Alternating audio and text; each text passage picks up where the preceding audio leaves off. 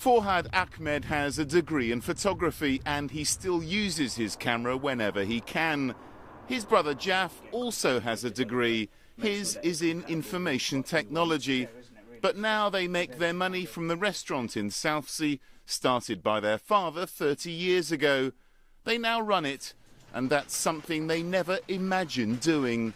From an early age, both were determined that they wouldn't follow in his footsteps. I knew we were going to go on to further education.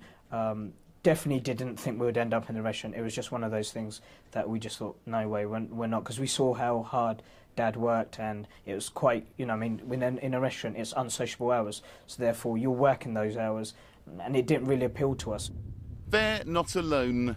Many children of curry restaurant owners don't want to go into the trade. Newman Ahmed works as a sales assistant in a department store, but his father runs a takeaway on Hayling Island. One day Newman will have to decide what to do, pursue his career or go into the family business. It's not an easy choice.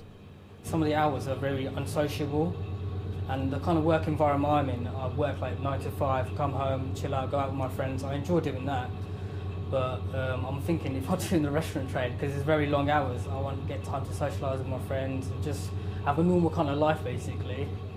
Newman hasn't got to decide yet, but Farhad and Jaff had to about 2 years ago when their dad said he wanted to put his feet up.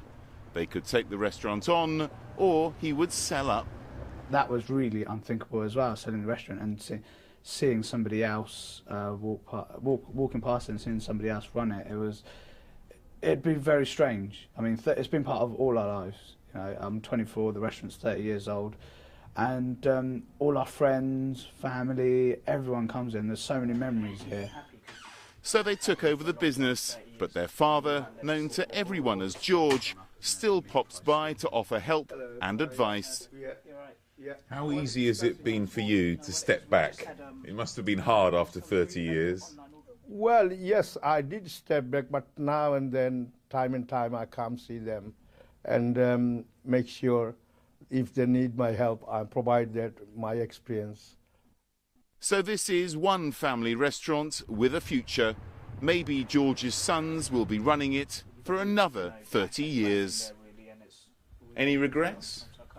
Not for me, really. I mean, I started off doing my degree in IT, information technology, and I've ended up in international tandoori, so I can't complain. Richard Jones for Meridian Tonight.